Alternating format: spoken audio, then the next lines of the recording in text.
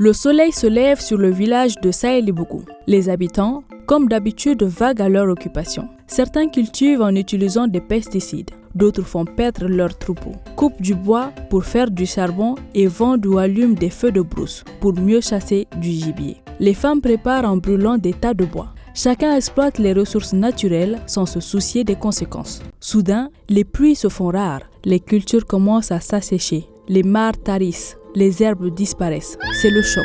Les cultivateurs élargissent des champs mais ne gagnent rien. Désormais, tout le monde accourt vers les rares points d'eau permanents. Non seulement pour l'agriculture, mais aussi pour les abreuvements des animaux. Les animaux gâtent les champs, qui obstruent les couloirs d'accès à l'eau. Les éleveurs et les cultivateurs se battent. Les femmes se battent autour de la cueillette des fruits, qui sont devenus rares. Les personnes en situation de handicap sont laissées pour compte. Les allochtones sont chaque fois suspectés de vouloir s'approprier les terres qui avaient été prêtées à leurs arrière-grands-parents. Les premiers occupants insistent qu'ils peuvent exploiter ces terres, mais que celles-ci ne leur appartiennent pas. C'est la misère et la violence. La situation affecte tout le monde. Quelque chose doit changer. Chez tout le monde, par tout le monde, pour tout le monde.